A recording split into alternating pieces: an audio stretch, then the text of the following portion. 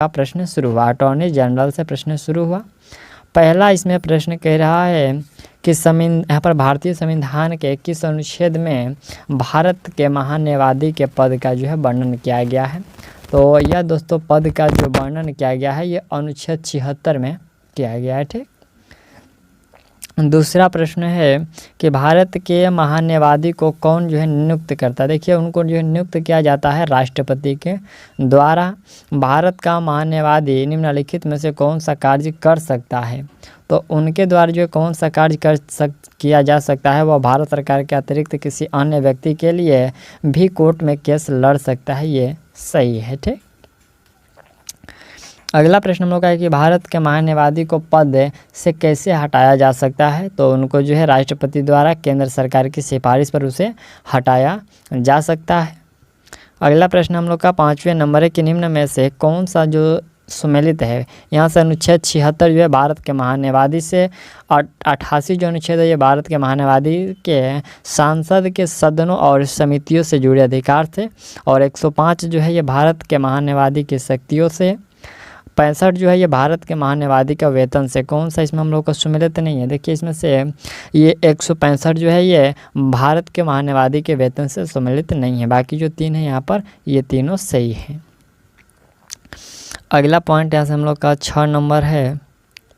यह प्रश्न है कि निम्नलिखित में से कौन सा कथन जो है भारत के महान्यायवादी के विषय में सत्य है।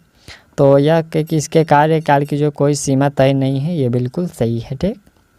चलिए अगला प्रश्न यहाँ से 7वें नंबर प्रश्न है कि भारत में अब तक कितने महान्यायवादी नियुक्त किए जा चुके हैं। तो अब तक जो है टोटल 15 जो है महान्यायवादी नियुक्त किए जा चुके हैं। अगला प्रश्न यहाँ से 8वें नंबर प्रश्न है कि वर्तमान में जो भारत के महान्यायवादी कौन है। तो वर्तमान के यदि बात किया जाए तो कौन है, के वेणुगोपाल हैं। कौन, के वेणुगोपाल हैं। अगला प्रश्न यहाँ से 9 नंबर है, निम्नलिखित में से कौन सा जो कथन सत्य है। महान्यायवादी केंद्रीय कैबिनेट का सदस्य नहीं होता है, सांसद के दोनों सदनों की बैठक में भाग ले सकता है और उसे निजी विधि के कार्यवाही करने से रोका जा सकता है। कौन सा सही होगा। इसमें हम लोग का जो सही है केवल पहला और दूसरा जो है स्टेटमेंट सही है। ठीक। चलिए तीसरा गलत है कि उससे जो है निजी विधिक कार्यवाही करने से रोका जा सकता है, ये गलत है। निम्नलिखित में से कौन सा कथन जो भारत के महान्यायवादी के विषय में असत्य है, यानी कि गलत है। तो यहाँ पर जो इस पद के लिए चुने जाने के लिए वही योग्यताएं होनी चाहिए जो एक उच्च न्यायालय के न्यायाधीश के लिए निर्धारित की गई है, ये गलत है। बाकी जो है कि देश का सर्वोच्च कानून अधिकारी होता है और वह अपना त्यागपत्र राष्ट्रपति को देता है, ये तो सही है। और जब केंद्र की सरकार बदलती है तो इसे भी त्यागपत्र देना पड़ता है, ये भी सही है। चलिए अगला यहाँ से 11 नंबर जो प्रश्न है कि निम्नलिखित में से किसे भारत सरकार का प्रथम जो है विधिक है, यहाँ पर विधि अधिकारी समझा जाता है। तो यह समझा जाता है महान्यायवादी को। ठीक। अगला 12 नंबर प्रश्न है कि सांसद के किसी सदन का सदस्य ना होने पर भी सदन की बैठक में जो कौन भाग ले सकते हैं। तो इसमें भाग ले सकते हैं भारत के महान्यायवादी। ठीक। अगला प्रश्न है कि भारत के महान्यायवादी के संबंध में निम्नलिखित में से कौन सा कथन जो है सही नहीं है। कौन सा कथन सही नहीं है, तो उसे सांसद में मत देने का अधिकार है, यह गलत है। उनको जो है सांसद में मत देने का अधिकार नहीं है। भारत के प्रथम मुस्लिम महान्यायवादी पूछा गया है। मुस्लिम महान्यायवादी जो हैं वह गुलाम ई वाहनवती हैं। ठीक। भारत के प्रथम मुस्लिम जो है महान्यायवादी भारत के गुलाम ई वाहनवती हैं। अगला है कि एक गैर सदस्य के रूप में सांसद के किसी एक के सदन की कार्यवाही में भाग ले सकते हैं। कौन, तो इसमें भाग ले सकते हैं महान्यायवादी। अगला प्रश्न यहाँ से हम लोग का 16 नंबर प्रश्न है। प्रश्न है कि भारत सरकार को कानूनी विषयों पर जो कौन परामर्श देता है। तो उनको जो है कानूनी विषयों पर परामर्श दिया जाता है अटॉर्नी जनरल के जो है महान्यायवादी के द्वारा जो है परामर्श दिया जाता है।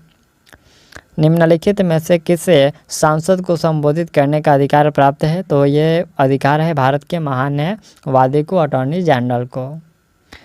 अगला प्रश्न है कि भारत का जो है सॉलिसिटर जनरल होता है। ये सॉलिसिटर जो जनरल होता है ये कौन होते हैं, तो एक न्यायिक सलाहकार होता है सॉलिसिटर जनरल। राज्य सरकार को कानूनी मामलों में सलाह देने के लिए अधिकृत है। तो इसके लिए सलाह देने के लिए जो है महाधिवक्ता जो है एडवोकेट जनरल इसके लिए अधिकृत है। अगला यहाँ से हम लोग का भारत में जो है 3 अधिकारियों को विधि अधिकारी माना जाता है। पहला होता है महान्यायवादी, दूसरा होता है महाधिवक्ता और तीसरा होता है भारत के जो है अपर महाधिवक्ता। ठीक, और इनमें जो महान्यायवादी सर्वोच्च स्तर पर होता है, यानी कि जो फर्स्ट होता है वो अटॉर्नी जनरल, ये सर्वोच्च स्तर पर होता है। भारत के कुछ महान्यायवादी का जो है कार्यकाल जो समय अवधि दिया गया है। यहाँ से हम लोग एक तरफ नाम है और एक तरफ कार्यकाल है। यहाँ पर MC सीतलवाड़ हैं, ये 1950 से 63 तक। और फिर यहाँ पर CK दफ्तरी, ये जो CK दफ्तरी हैं ये 63 से 68 तक। नीरेड डे ये 68 से 77। SV गुप्ता ये 77 से 79। LN सिन्हा ये 79 से 83। K पाराशरन, यहाँ पर जो K पाराशरन तो यह 83 से जो है 89 तक थे। और फिर यहाँ पर जो है सोली सोराबाजी है 89 से 90 तक। और फिर इसके आगे हैं जी रामास्वामी, ये 90 से 92। मिलन के बनर्जी 92 से 96। अशोक देसाई 96 से 98। सोली सोराबाजी फिर यहाँ पर 98 से 2004। और मिलन के बनर्जी या फिर 2004 से 9। और GE वाहनवती ये जो है 9 से 14। और मुकुल रोहतांग यहाँ पर जो ये 14 से लेकर के